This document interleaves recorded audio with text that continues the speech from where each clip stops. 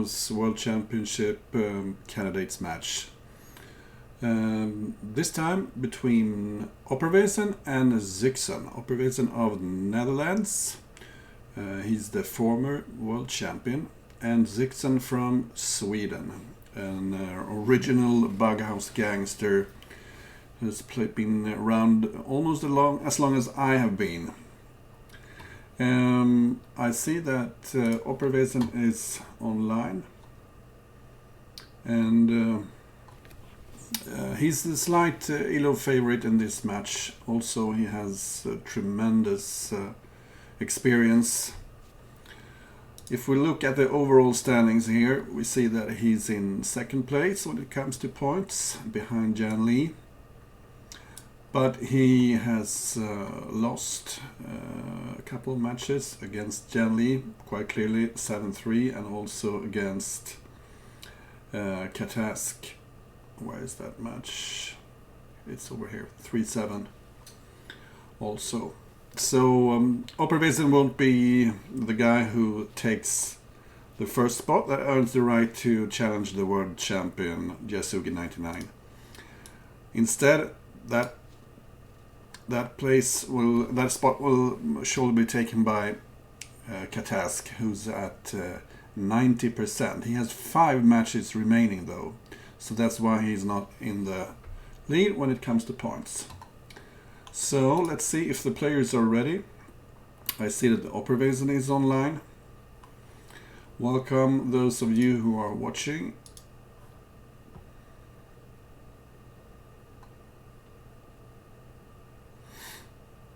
We're just waiting for zyxon to take a seat.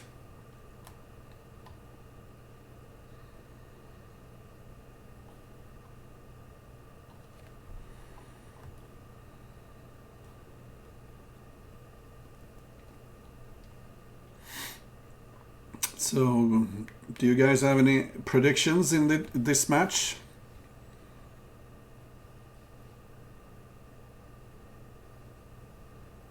I'd say opperwezen by 6-4. And these two are very clever and hi there.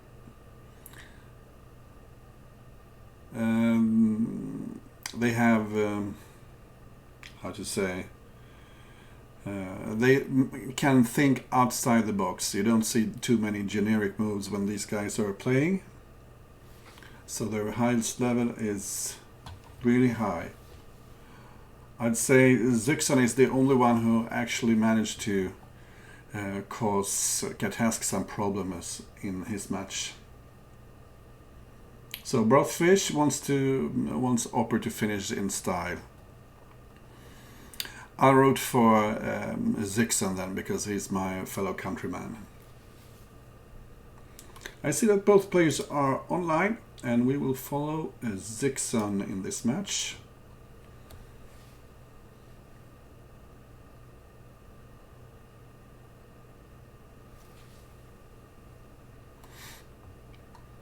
They should be ready any minute, any second.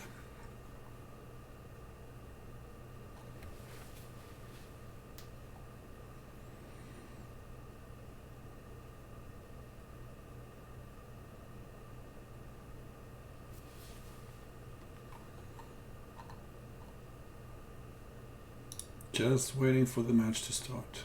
I'm not sure what they're waiting for.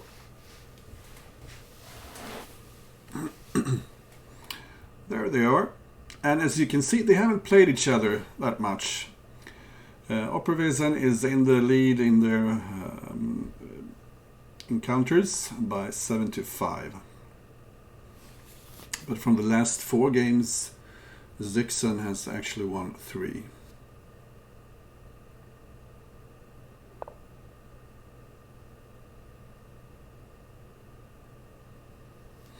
Yeah, let's go. And zyxon likes to open with the e-pawn.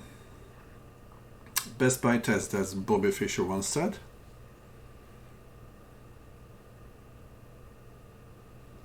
And opperwezen's clock won't start until he makes his first move. they're going to play 10 games regardless of the result.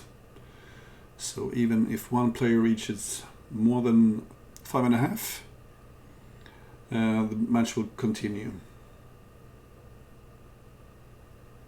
Oh, good to see you. Bet Zero. Yeah, that was quite a while ago. It was even more than 20 years ago I played Bughouse. So we see trademark opening line here by Opperwezen. He actually played d6, forcing white more or less to accept the piece sacrifice for a pawn. And this pawn structure here is very hard to handle with a knight. Yeah, I'll show you. Because usually black plays d5, but then white can simply not take on f6. But what to do here unless you take on f6? So black actually spends a whole tempo forcing white to take on f6. This is probably the best square for the extra piece, putting some pressure here, and the knight could continue to h5.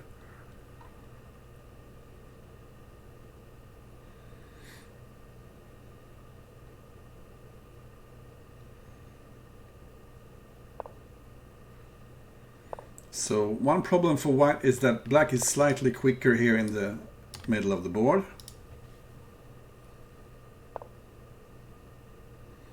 Also, this bishop is more active than the white counterpart.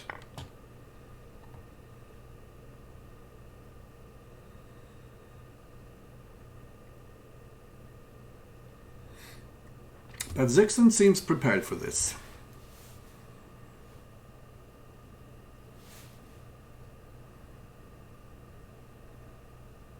Knight would sit nicely here on e4, but the black forces in hand are somewhat depleted.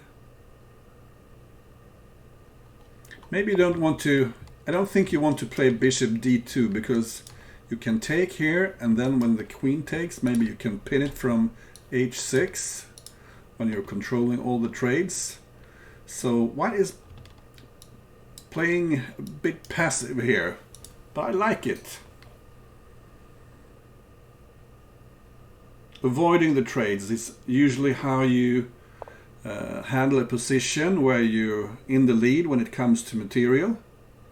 And pawn at g6 is actually a sign of that something has gone wrong for black here, because this is very passive, and white can simply switch to playing a bit of chess here. So I really like the bishop drop here on e1, turning this into a chess game. So this is natural, defending d5 and also trying to swing over here to the king side.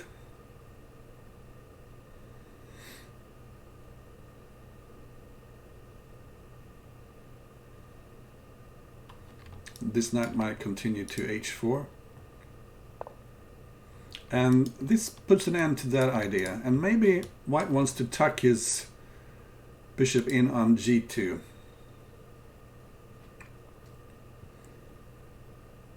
No, I don't think Opper enjoys passive games.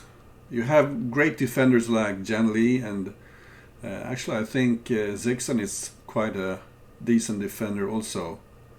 He doesn't mind being up on material and just defending. Opper is much better when he's having the initiative. He has a great tactical sense. As you can see, it's hard for black to find squares for his pieces.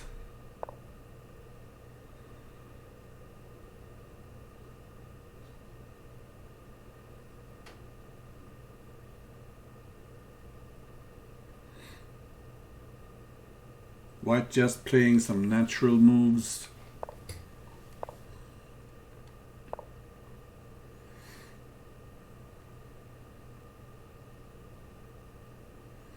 Black is trying to blast the position open, and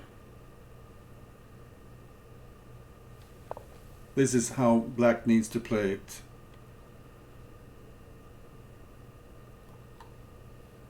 But maybe white can simply take and take again.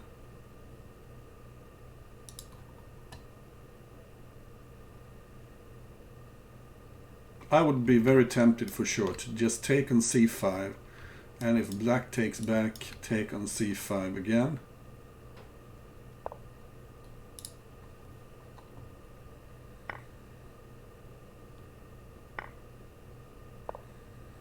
Because now the black squares are really weak here. Maybe white messed this up somewhat.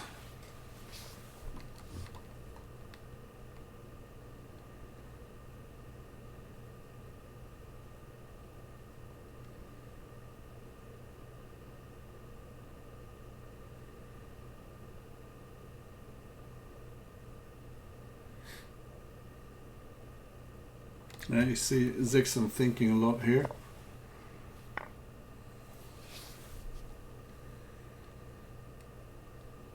Because he has problems here on e3.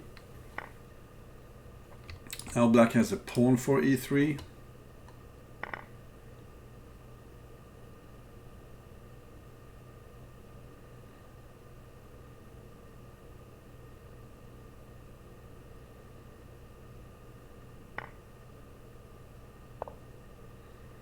And those pawns are hurting white. But white still has everything under control. But this position might just explode any minute and blow up in white's face. Black is controlling the trades here. Black could take on c1 whenever he likes to.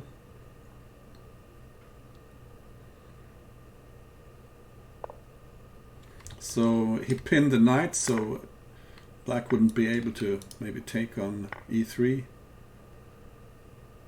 A lot of trades coming now.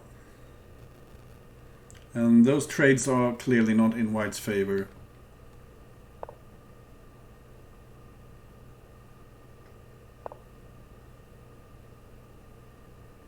And watch out, there's a mate maybe coming here with knights on g3. And this is a discovered check. Black could just pick up c7 whenever he likes to. But he's going for the mate.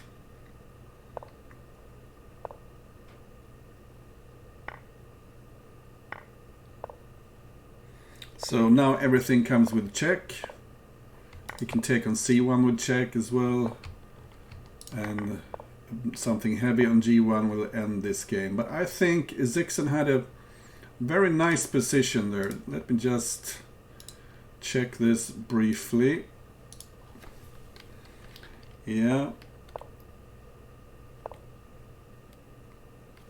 And as I said, pawn at g6, way too passive. I'm not sure I like the bishop f3 idea here. Yeah, f3 instead. Simply pushing that knight away.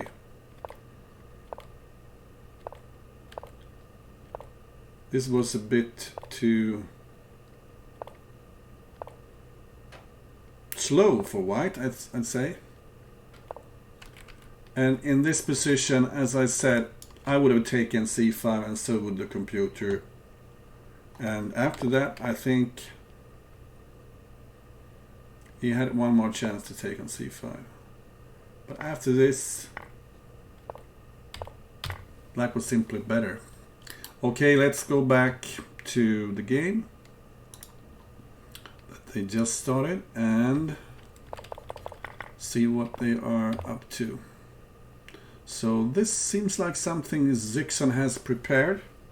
If white takes on e5, you can trade queens and maybe play bishop g4 and quickly get the rook to d8.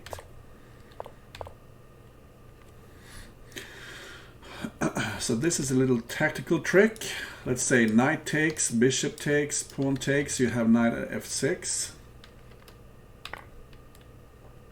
I suppose that's why you take with the pawn, but the g7 square looks weak. Okay. So now you're subtly threatening the queen. That's why you trade on c3 and you plug a pawn on g7. Well, we're back live, and black is up a pawn. Zyxon once again being a bit materialistic, and quite frankly I cannot see any immediate dangers for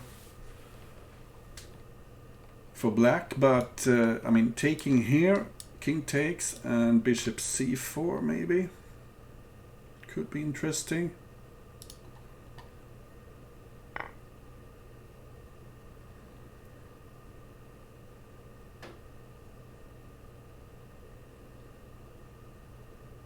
My idea was bishop here, let's say pawn here, and then pawn at d5. Let's say take, bishop take, and then you can take here, and then a knight can land on e5.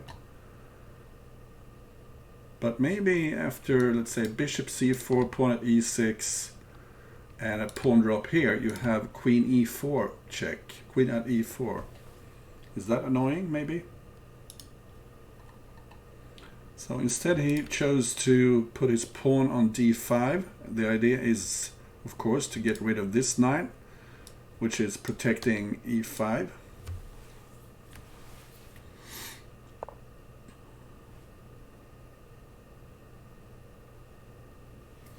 And this is often a very good spot for the queen, keeping it close to the king. And this time it's also on an open e-file.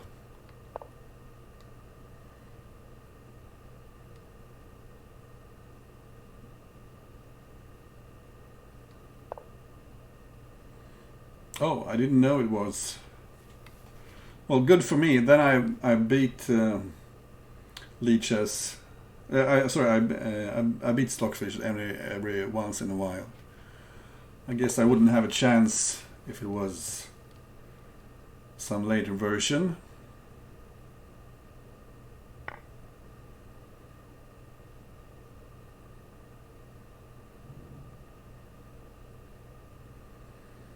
So this pawn is a real hero, grabbing a lot of material. Black playing some scorched earth tactics here on the queen's side.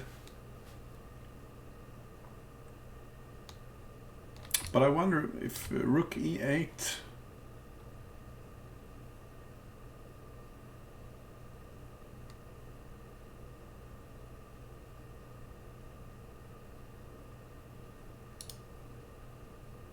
Do you really have compensation here as black? Black decides to take the queen here instead. And I wonder what he's planning on this move. Because I don't see a follow-up if he takes on e2. I don't quite see it.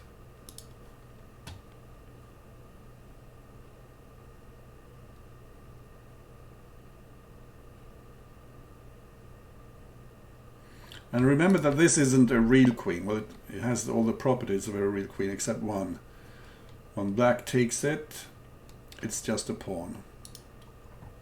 So apparently this is what black had in mind. Threatening mate on e2. Wow, so you put the rook on d7. If black takes, you have knight at e5. So no mate here on e2 because the queen is pinned. Opperwezen is really good at spotting this kind of tactic.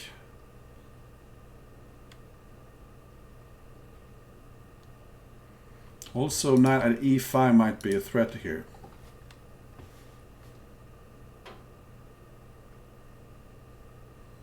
Because after knight at e5 you will take on e7 with check.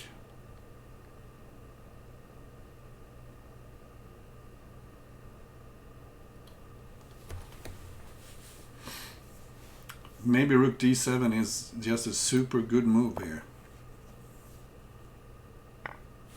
So black decided to cover e5 here. No checks on e5. But on the other hand, he doesn't have many threats, so white just picks up the rook in the corner. And the black king is looking awfully naked. A little check here from the corner. Taking away the defender of f7, and black doesn't even have a check here. Once again threatening mate on e2. And another little pin here. Why did he put the queen here instead of the rook? I don't understand. But it has two rooks. Yeah, rook would have been mate. Would have been a nice mate.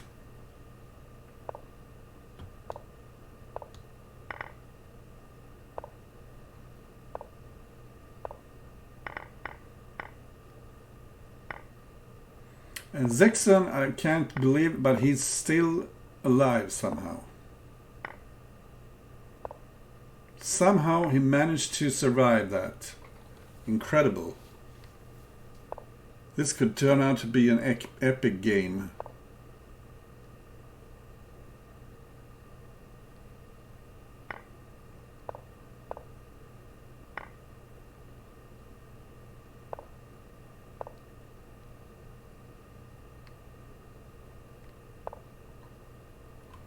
So some cover for the king and also threatening f3.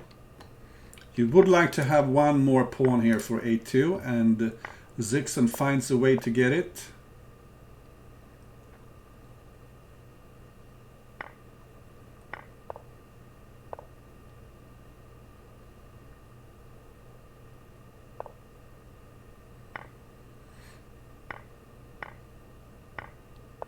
Now it's white's turn to go on the offensive.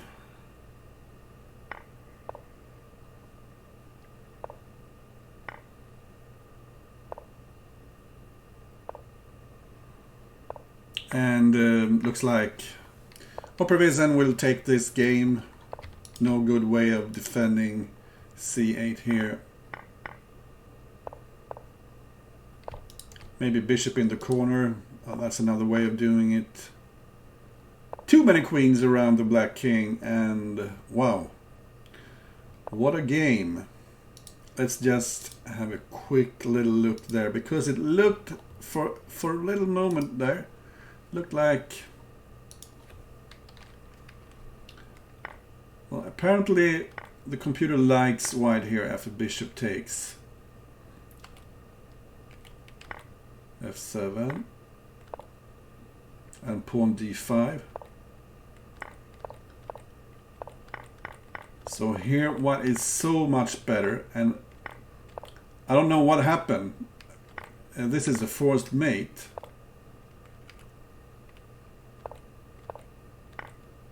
But somehow opperwezen just got too clever.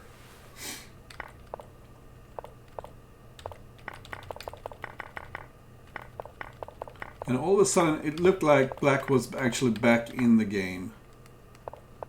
But I guess it wasn't really.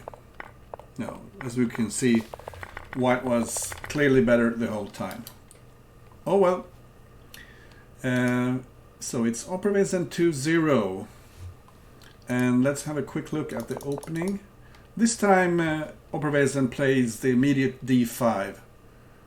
Not forcing white to take on f6, but zyxon seems determined to take on f6, so opperwezen might as well play d5.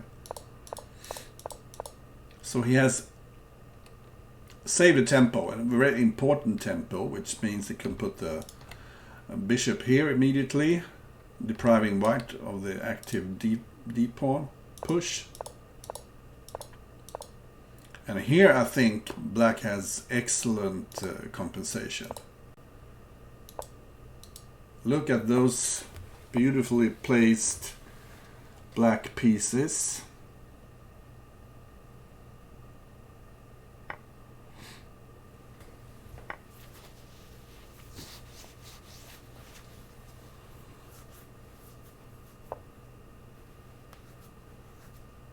So what's happening here on e2? Is this just a simple fork?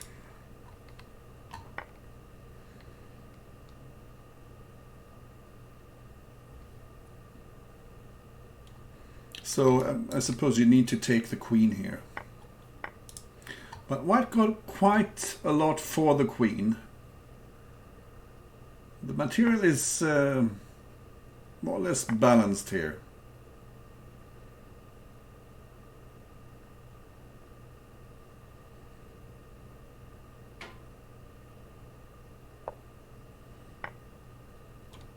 And if the rook takes here, you can play bishop at d3 maybe.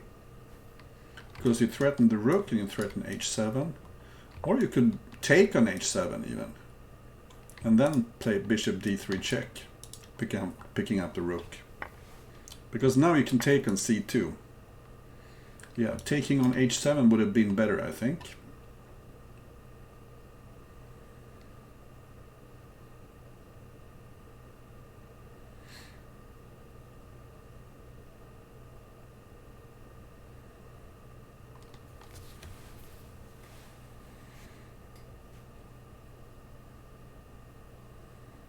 Once again, opperwezen slightly short of time here. This looks like a good move, cutting off this bishop and also bring this d pawn a bit closer to the white king.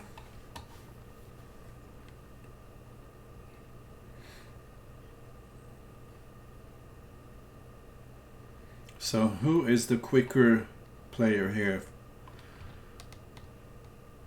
Can you play pawn at h6? Yeah. One idea here might to even play rook at h8 just to get everything with check. And then knight at f5. I wonder if it's a threat. It sure looks very, very dangerous. Rook at h8, king takes, pawn takes g7, and then knight f5, and possibly a pawn drop on g7 with a check, preferably. And the pawn might queen on g8. So, looks like white got there first. Black doing a bit of gambling here. This bishop prepares stuff like, well, knight at h3 maybe.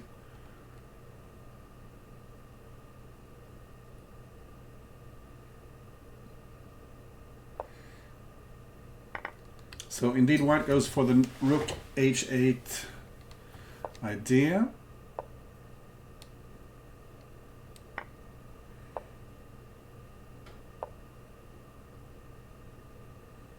So this king will run over to the queen side.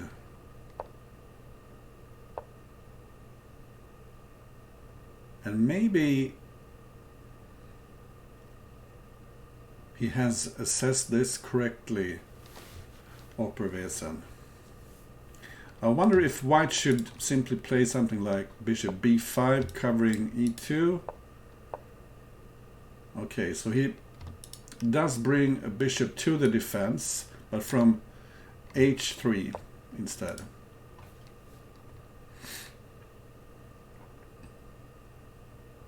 Now the queen is in a bit of trouble. Queen was defending g2 before.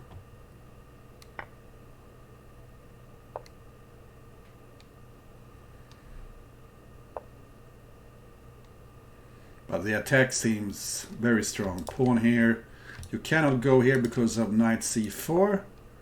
And knight c4 now.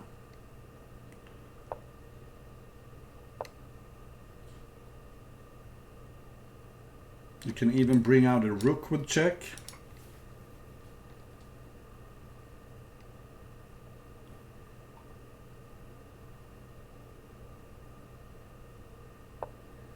That's a good question, okay. Why didn't black block on g4 when the check came on h3? Well, why not find out? Zyxon took that game. He got a very powerful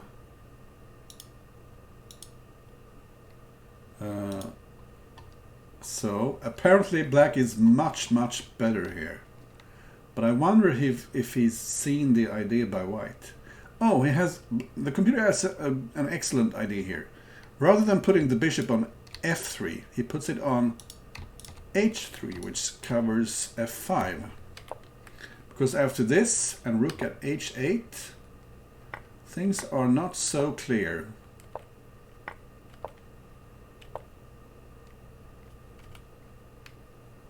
He should have gone this way, just to make white waste the knight on h6, because now white has a knight in hand.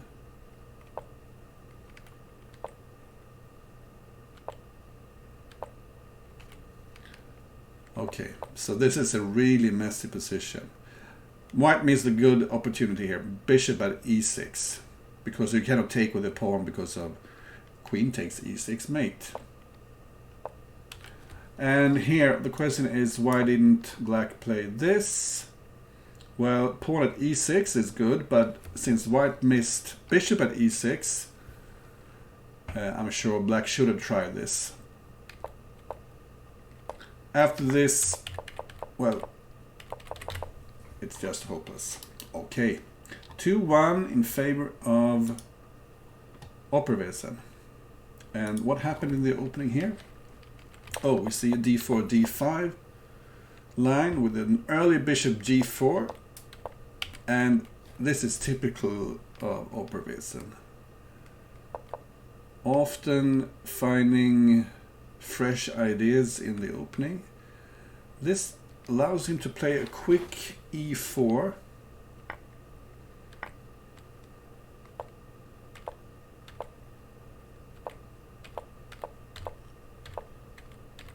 And I really like the white position here. Black has wasted the pawn he has in hand. And it's a very chess-like position. And white simply goes on the hunt for some material here. Interesting.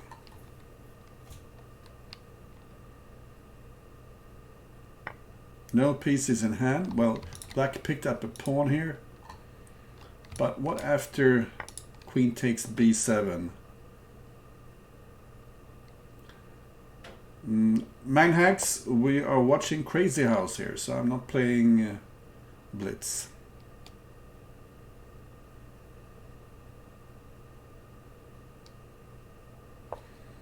So, yet another passive pawn drop here by black, who's having some problems with the g7 pawn.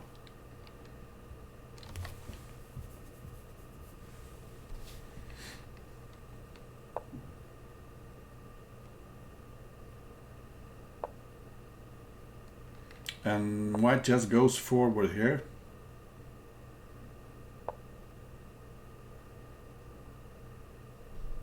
Wow, what does he have in mind here?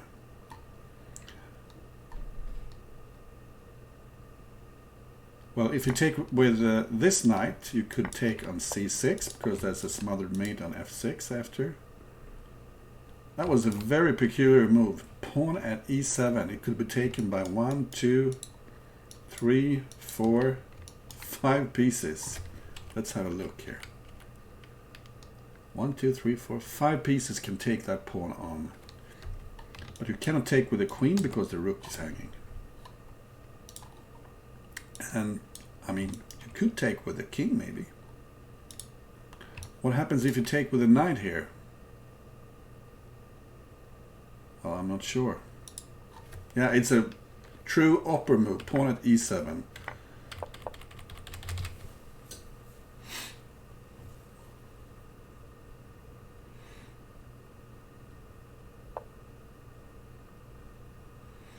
So Zyxon being very passive here.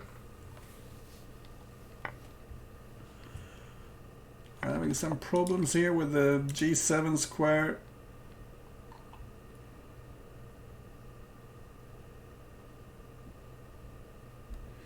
So this bishop check is designed so you're trying to make white put its pawn somewhere, so it doesn't have a pawn for G7.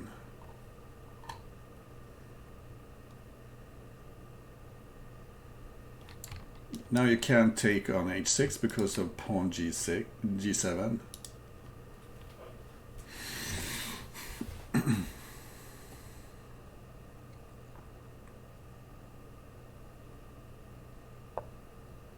So instead he defends G7.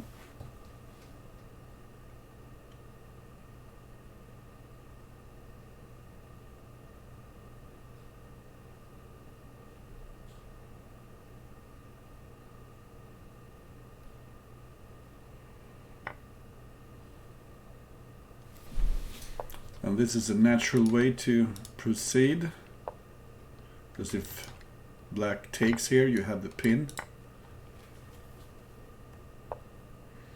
And now the black king looks very naked, and remember that white could pick up a rook here at any point he likes.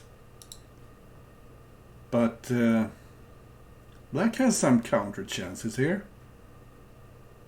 It's not so easy for white.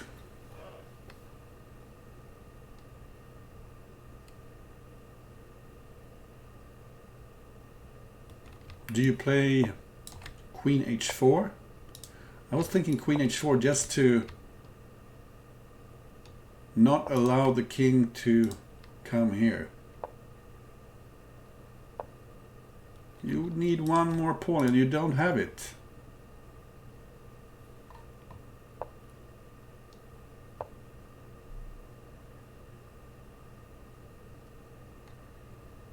Now things are looking bad for black.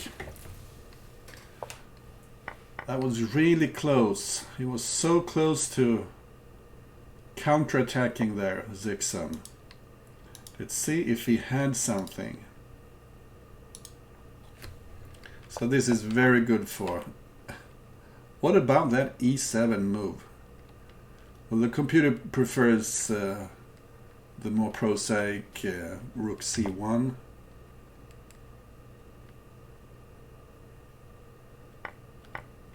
But this is good for white.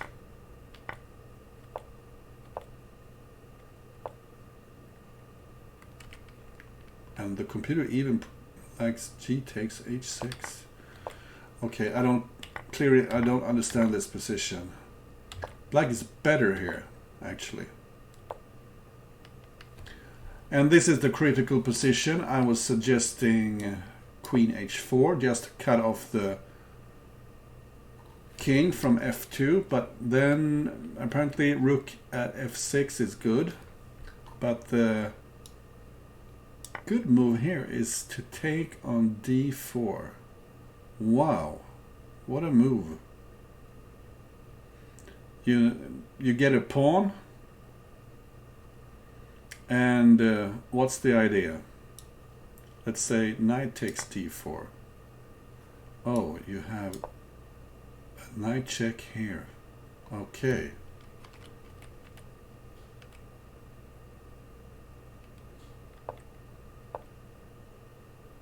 And instead he checked on C4 first. Wow. Okay. Knight takes D4.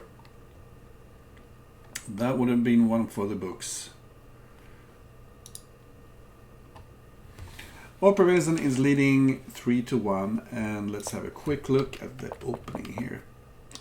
He sticks with D5 now. And this time zyxon doesn't take the piece, well, at least not initially.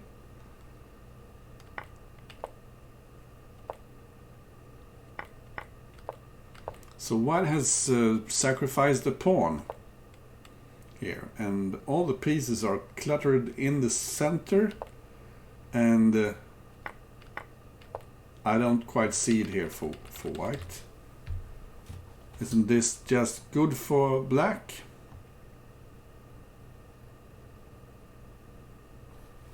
I'm thinking you can take on d5.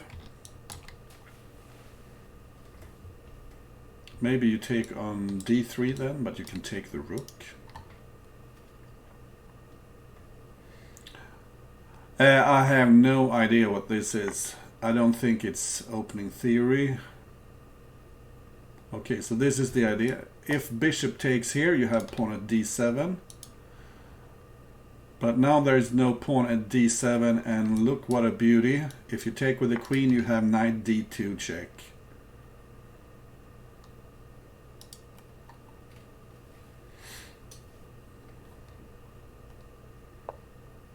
So you just pick up the queen and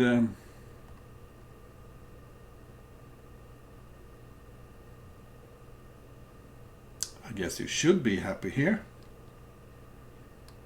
But what happens? Pawn c6, you take on c4, and does white have a killer here? Because if it doesn't, well, white is threatening to take on f7.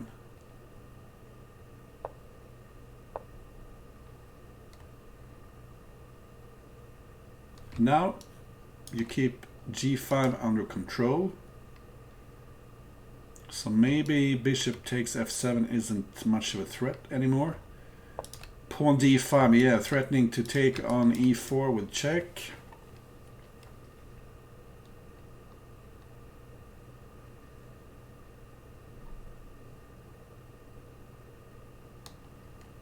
Looking winning here for black. The queens are just too strong and the king is on f3. So the white king is a huge weakness.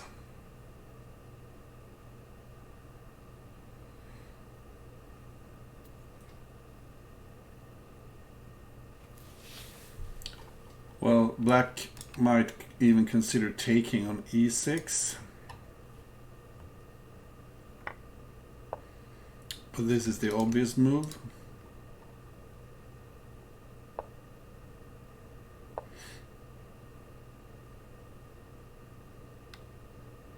But obvious doesn't always mean good.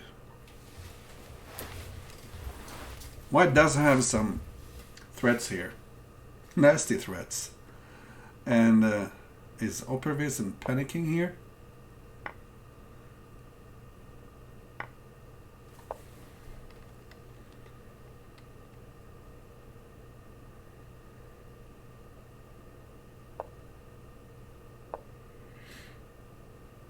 Oh, he finds a way to escape with the king. So now he has everything under control, I'd say. Hi there, Goose Frabba, and hi there, everyone else.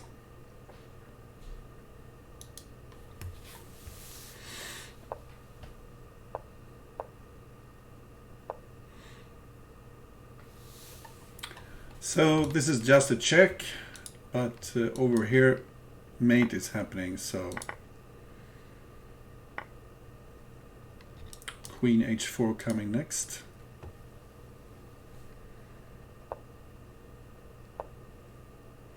And opperwezen is in the lead 4-1. Little opening experiment there by zyxon that didn't turn out so well.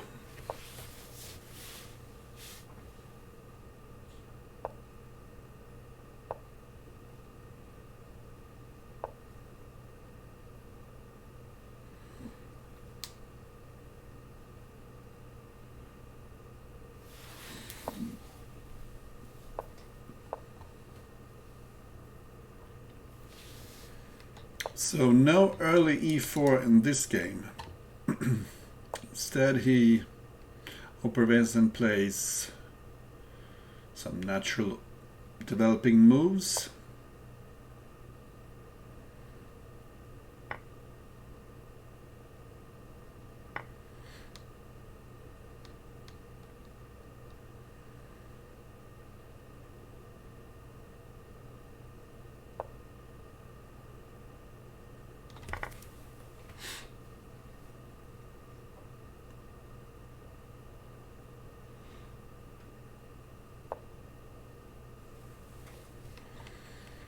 So slight weakness here on g6, and this move amplifies that weakness a little bit.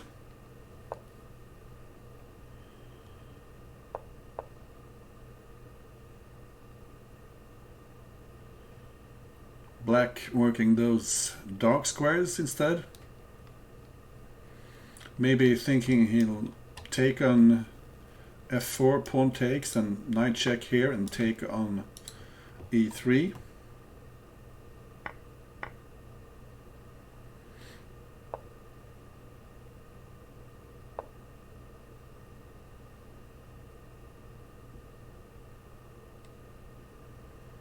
So a problem here for black is that if you play queen e7, you have knight takes d5, and queen takes e6, you have knight takes c7 check.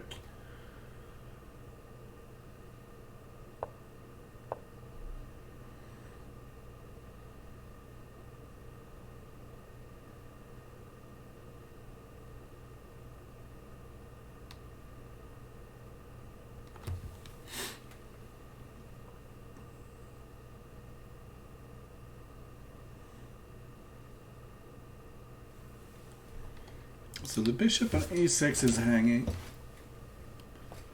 and this knight is covering both f5 and d5.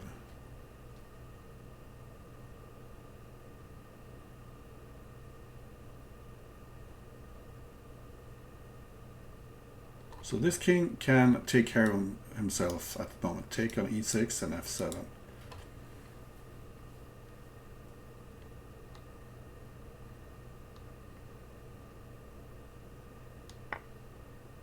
So a very critical position here.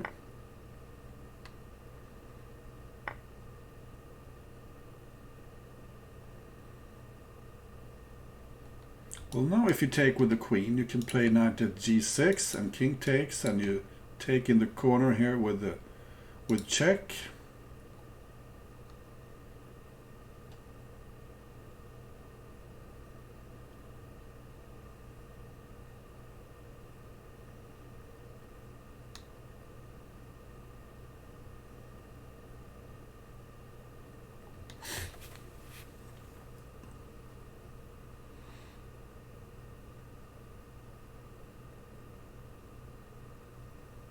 So I wonder what you should do here as black.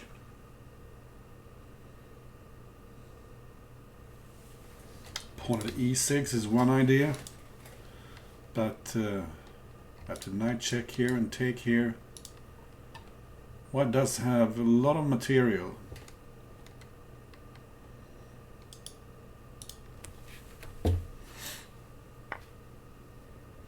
So instead black decides to allow the knight check, and he doesn't take the pawn, at least not with his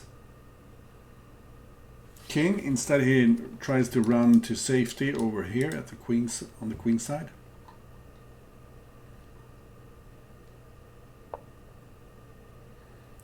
A little under promotion here.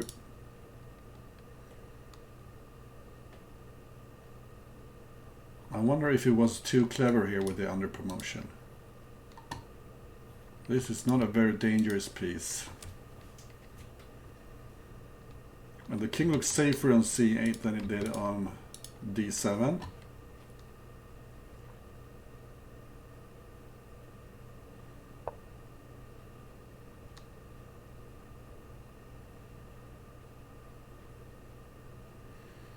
But what's this? I don't understand this. You probably take here, and if knight takes, bishop takes, you do have bishop at e6 as white, but, well, black can just take on e6. So this threatens to take on f3 and also protects e8.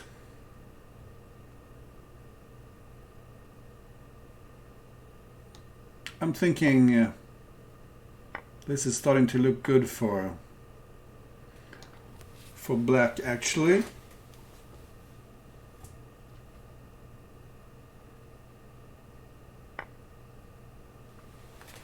So putting pressure here on e3 and also clearing the d4 square So when the queen moves away, you can land here with a knight.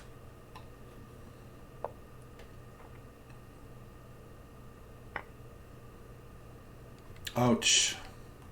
Knight at c3 is a big threat.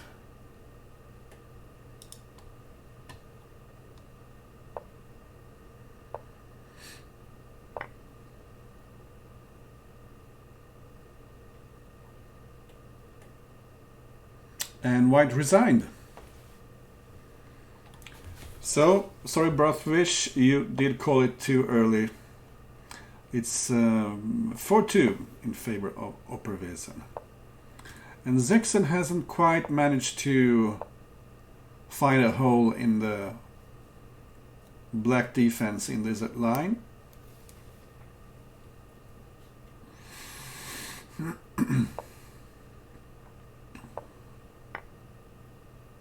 This time he takes on f6.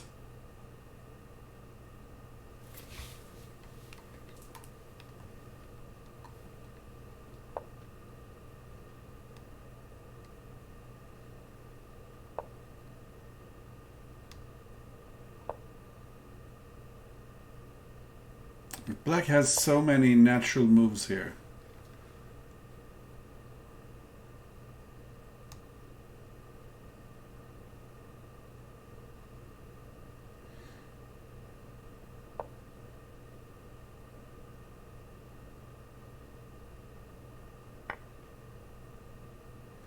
So this time white tries to find some kind of attack. You probably need to take with the b pawn so you have f5 covered.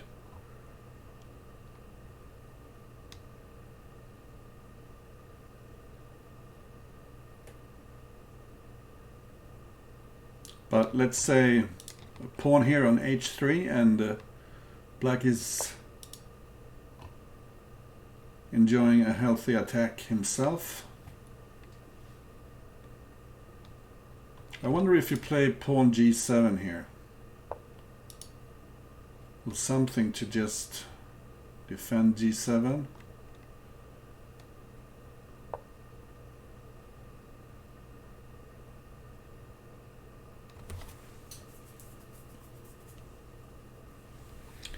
White is probably looking to take on d5 and put the pawn on g7. So you might want to move that bishop out of the way.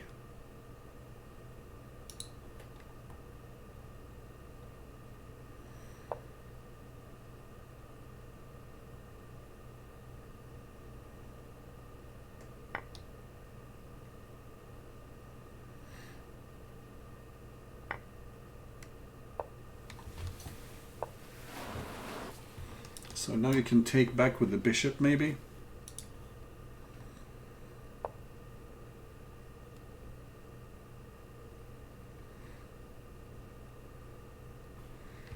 White looking to take on d5 and then take on f6 maybe. But I don't like the white defense here. So weak on the light squares. Look at the e2 square. As soon as this knight moves, well, something might land on e2.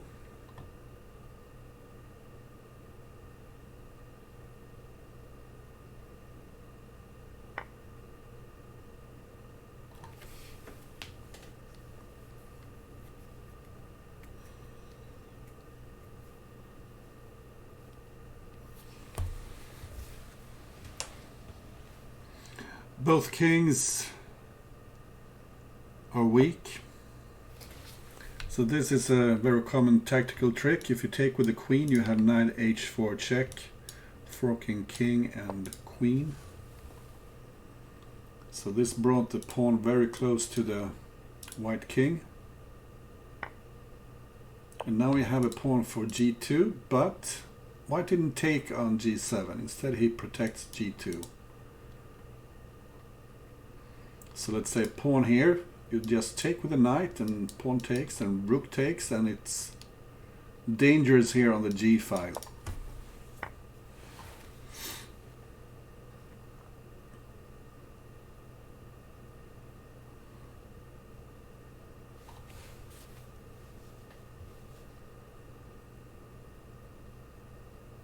Such a complicated game here.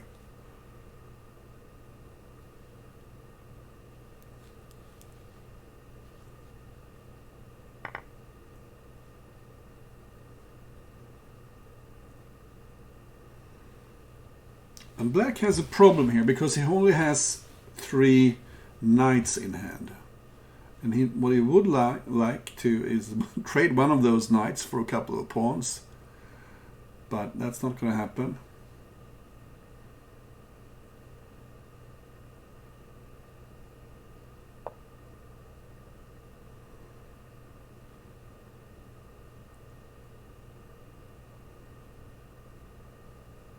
So this is looking very dangerous now.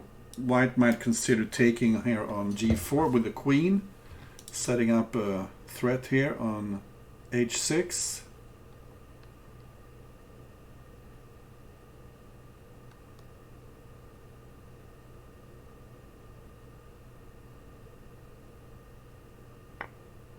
Yes, indeed, he does take on g4. Now there's the mating threat, knight at h6. But what happens here? Well, the king just dances out, I think. And this should be safe for white, who now has a rook in hand for h8 also. And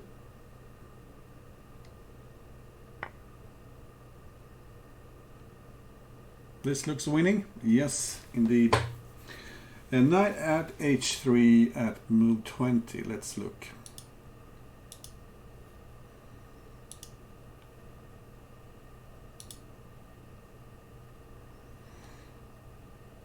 Apparently it was very, very good. Knight at h3. And it was bad to take on g2. Yeah. That's a nice find. Knight at h3. And after queen takes g4, it's just over. Right. So, 4-3.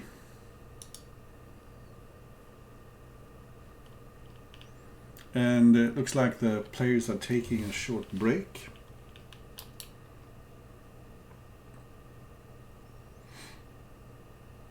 So I wonder if I can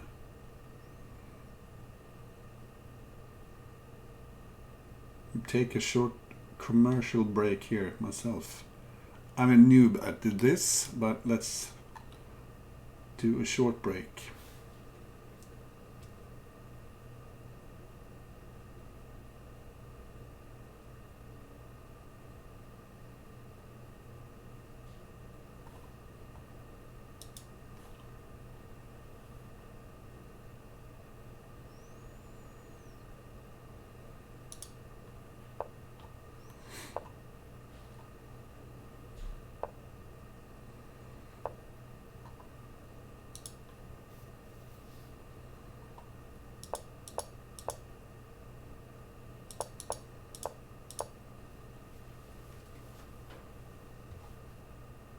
Okay, so we're back with game 8. Zyxon plays his early bishop to g4, inviting the f2, f3 pawn push.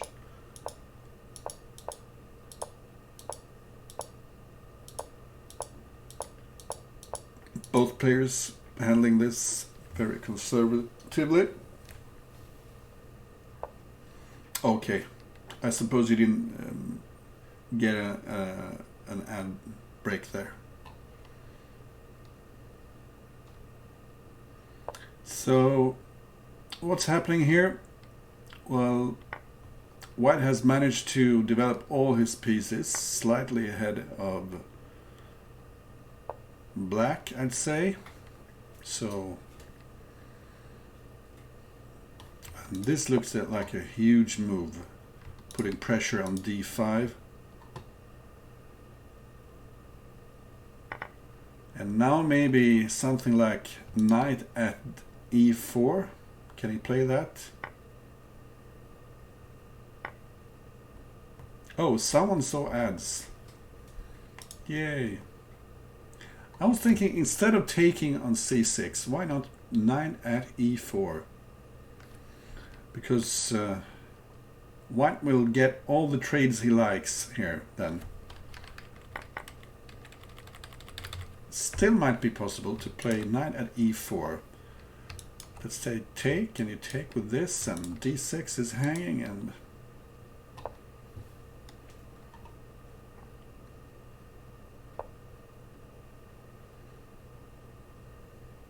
but this is looking really, really good for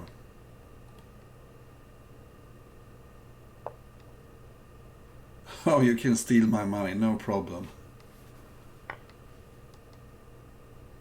I'm making so much money on my streams. I think I earned $20 in just 2 months. Well, I'm just doing this for fun, so feel free to steal my money. Okay, so apparently something has gone very, very wrong for white here.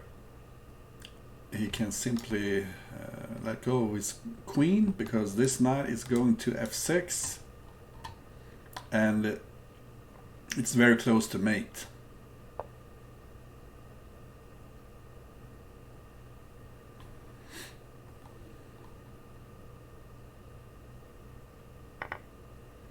How can you get your hands on this fellow? You would like to have it for f6.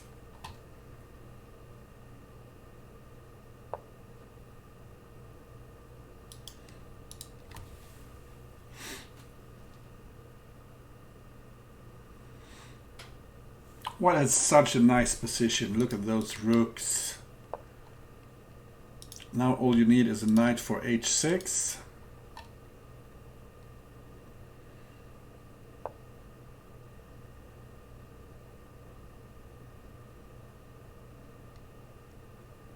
Threatening to take on c4.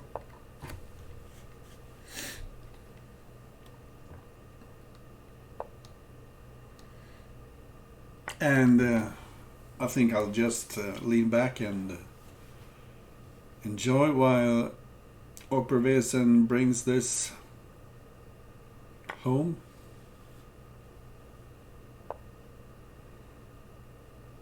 I don't think he will bother retreating with his queen or doing something about that. Just keep pounding the weaknesses. Black cannot take here, can he? I thought he would take on h5 instead. Now simply pawn e3, isn't that good?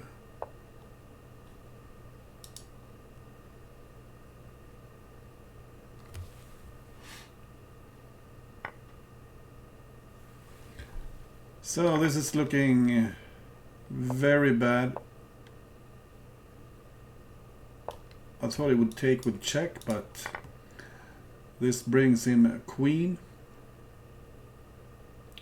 You cannot take here because of queen e4.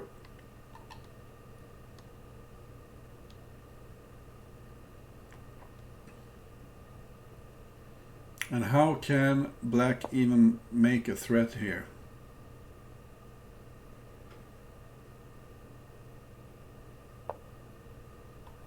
This is nice.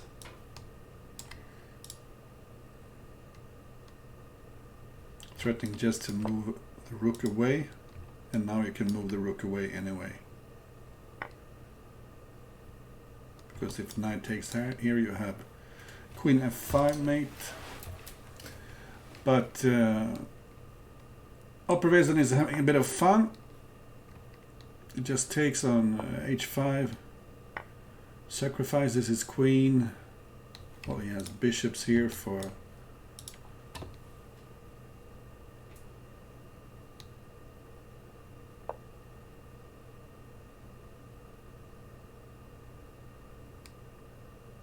so has he found a forced mate here?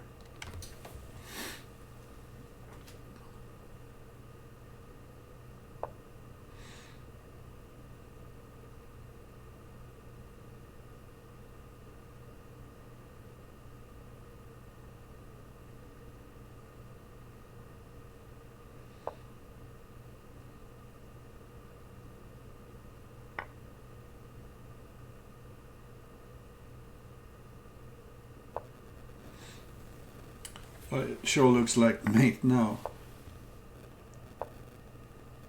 And queen f5. Okay. Maybe not the quickest way to mate there, but who cares? So Zyxon won't be winning this match, but he still has the chance to equalize. Opperwezen leading 5-3 when we have the last two games.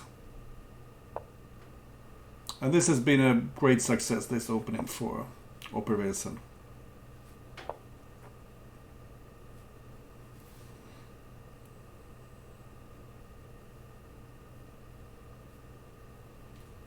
I seem to recall Jan Lee playing this move, yeah, and just castle and try to make use of the extra space he has.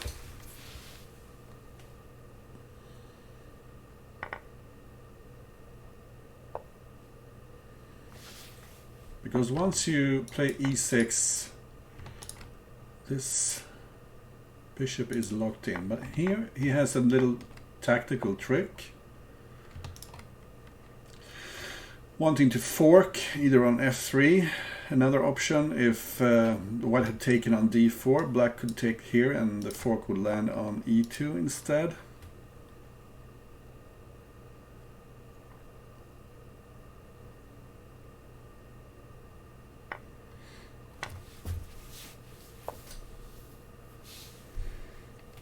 So black tries to get his knight to f3 here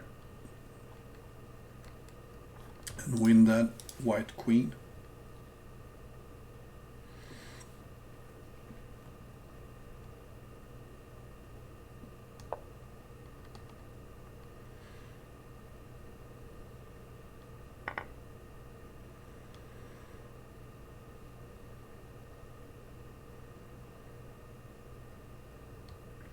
But now white has his own forking threats. He's threatening to fork here on f6 maybe.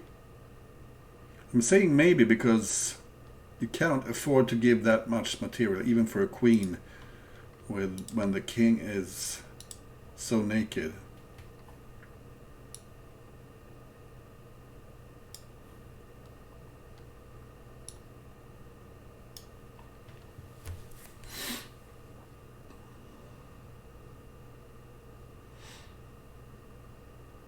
So probably black is trying to find a way to allow the knight at f6 check, but in a position where he has such strong threats himself.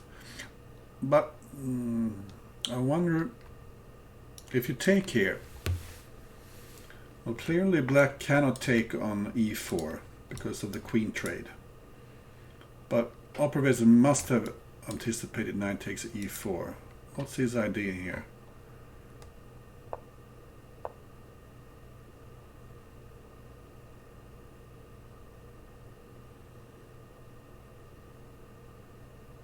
A very brave king here, trying to take care of himself.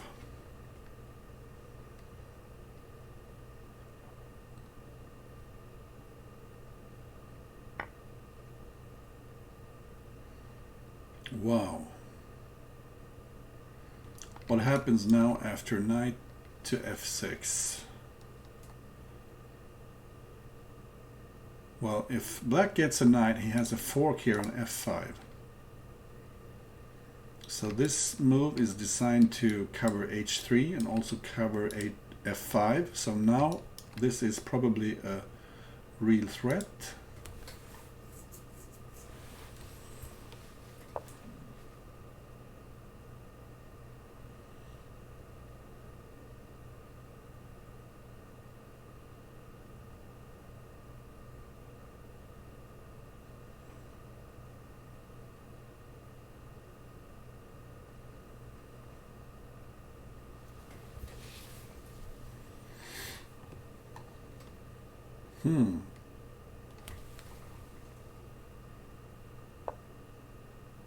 Very strange position here, but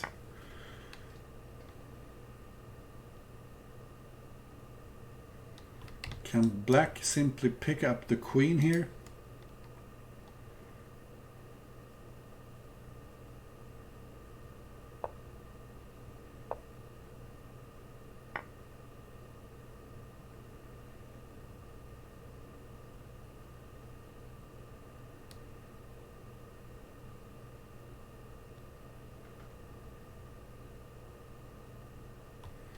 So maybe bishop g5 just to cover some important squares, but black is threatening to mate here on g2.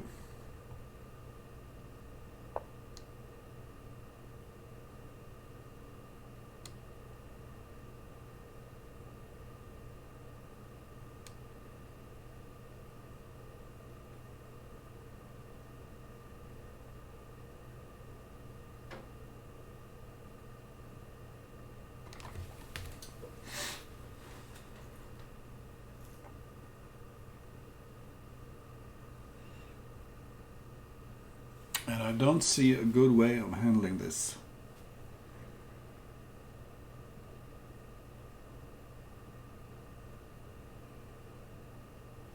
I suppose you need to take on f1 somehow. Question is, do you take on e7 first?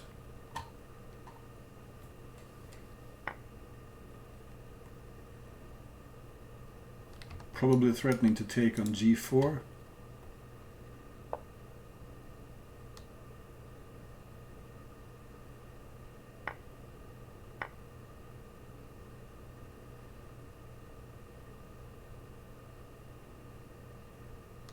Maybe bishop at h4.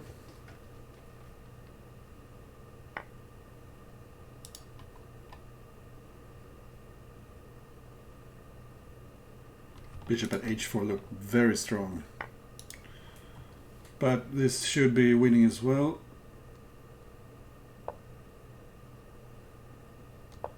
Yeah, you have bishop g2 and you can pick up this bishop, and bishop, knight, or the other way around, it's a forced mate. So opperwezen winning this match. He's leading 6-3. And did opperwezen win all his black games? No, he didn't. But he won. Well, as a matter of fact, maybe he didn't win more than half of them, but he's been impressive with his black openings. My prediction was 6-4. Yeah, that's correct. So opperwezen having a bit of fun in this game, playing the early a4, rook a3 line. And given that this rook is perhaps the piece in Crazy House that has the least to do with anything in general, maybe it's a good idea to get rid of this rook for a light piece. In any case, you get a very interesting position. So, do you really want to go back with the knight? I don't think so. But do you want to take on c7? I don't think so either, really. But let's say knight takes c7, queen takes, bishop at d6, queen d7, and pawn at b5. Putting pressure on that knight and the pawn on e5. Okay, instead he decided to go back. And I don't quite like that because it's very passive, and also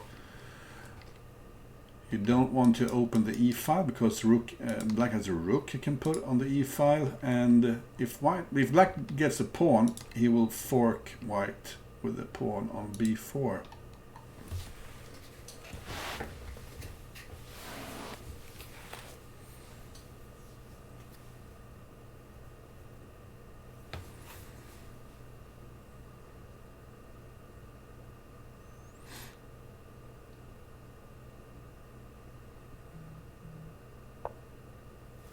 So I'm pretty sure that black will take on c3 maybe.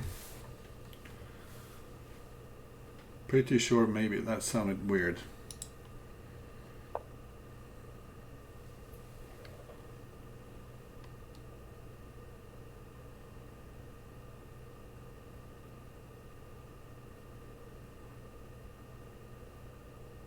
Well, black could have maybe taken on h3 as well.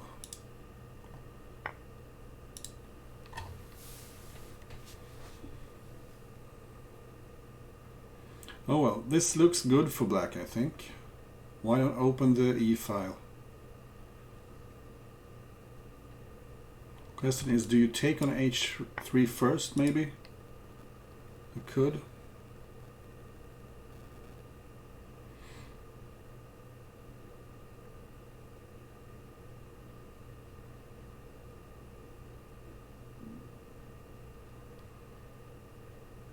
So all the black pieces are in the right places.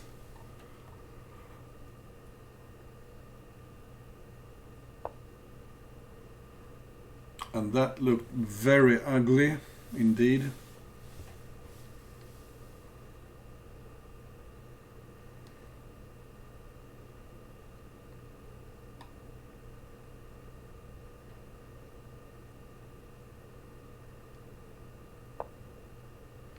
So black simply wins a piece here for a pawn.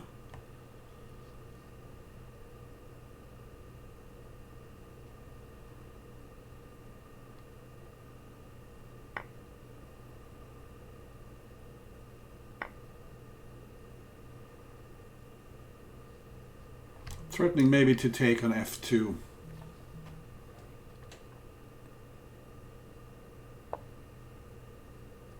White looks awfully passive here.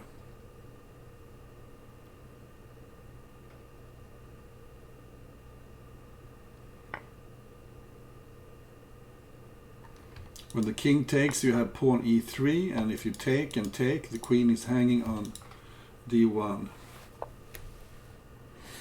So simply rook f2 and take on d2 with the rook should decide matters. And I'm pretty sure that opperwezen will resign here. Yeah. So my crystal ball worked just fine. Congratulations to opperwezen who took this. 6-4. Let's just have a quick look at this theoretically super duper important game. I'm just kidding.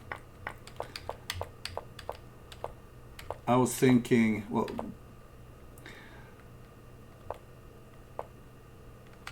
look at that. Looks like black should have taken on a3.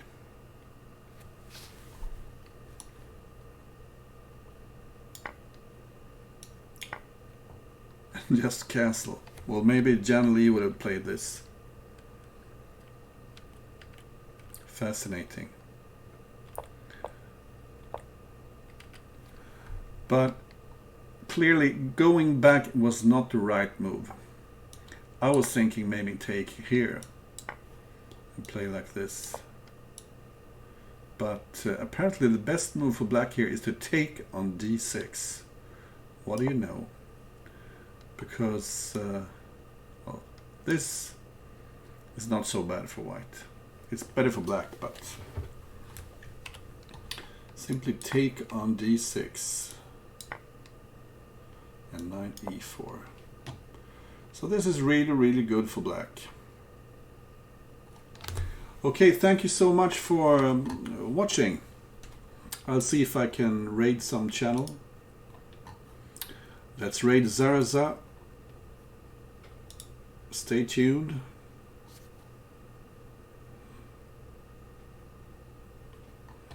And we'll raid her. Okay, bye-bye.